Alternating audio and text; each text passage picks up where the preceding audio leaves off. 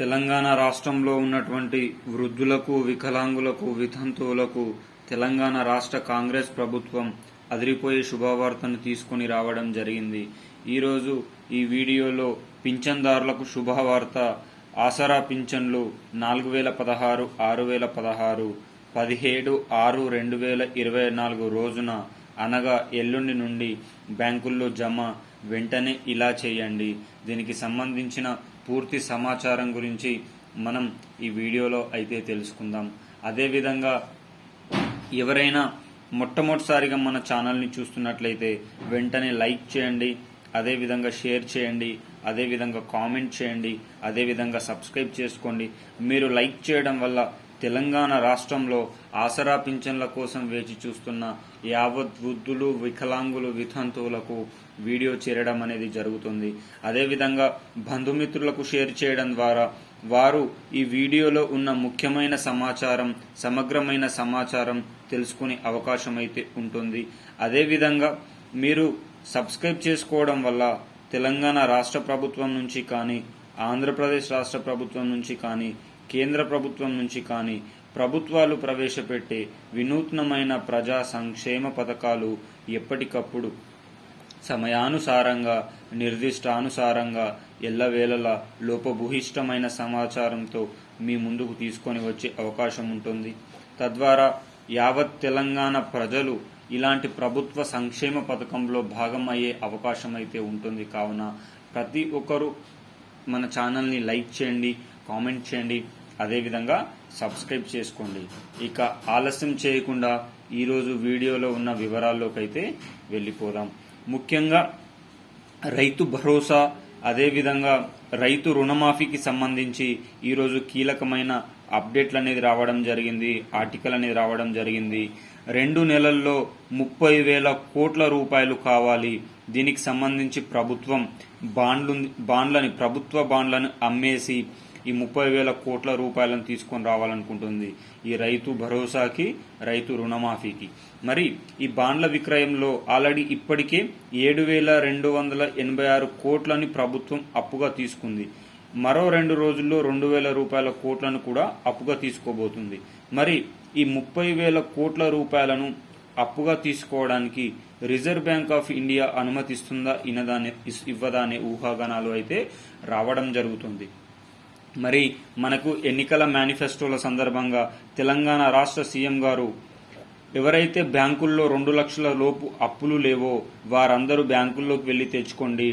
December 9న అధికారాన్ని చేపట్టిన వెంటనే మొట్టమొదటి సంతకం రైతు రుణమాఫీ పైన చేస్తామని చెప్పిన సీఎం రేవంత్ అన్న ఇప్పటి వరకు దానికి సంబంధించిన ఊసే ఎత్తలేదు.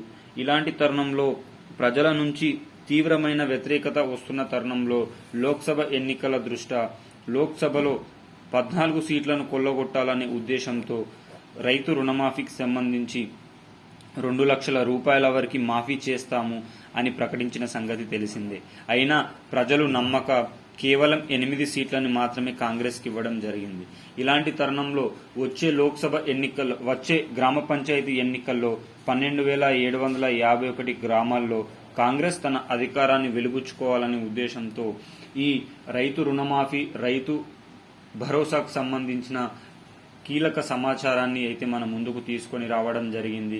ఏది ఏమైనా రైతు రుణమాఫీ చేసి తీరుతామని చెప్పడం అయితే జరుగుతుంది.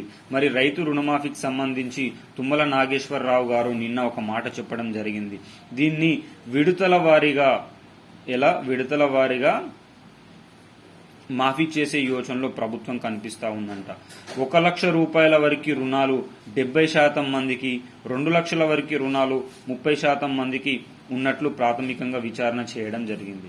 మరి మొదటి దఫా విడతల్లో మాత్రం ఎవరికైతే 1 లక్ష రూపాయల వరకు ఉందో వారందరికీ ఈ జూలై 2వ వారం వరకే పూర్తి చేసి మిగతా వారి అందరికీ ఆగస్టు 15 లోపు పూర్తి చేయాలని ప్రభుత్వం భావిస్తూ ఉంది అని సమాచారం. ఏది ఏమైనా తెలంగాణ రాష్ట్ర కాంగ్రెస్ ప్రభుత్వం ఆగస్టు 15 లోపు బాండ్లను విక్రయించి యావత్ తెలంగాణ ప్రజానీకానికి రైతు రుణమాఫీ చేసే అవకాశం అయితే ఉంది.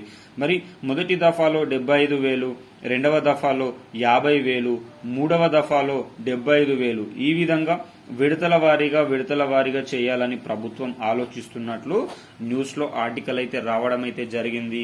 దీనికి సంబంధించి నిన్న కామారెడ్డి జిల్లాలో లింగంపల్లి సమీపాన బ్యాంకు అధికారులు రైతు తీసుకున్న అప్పు కట్టలేకపోతున్నాడు అని, అతని భూమిని వేలం వేస్తామని అక్కడ బ్యాంక్ అధికారులు బోర్డు పెట్టడంతో వ్యవసాయ శాఖ మంత్రి వర్యులు తుమ్మల నాగేశ్వరరావు గారు తీవ్రంగా ఖండించి ఆ విధంగా చేయడం ప్రభుత్వం దీనిలో ఇన్వాల్వ్ అవుతుంది, ఆ విధంగా చేయడం బ్యాంక్ అధికారులు తప్పు అని కూడా దిశానిర్దేశం చేయడం అయితే జరిగింది.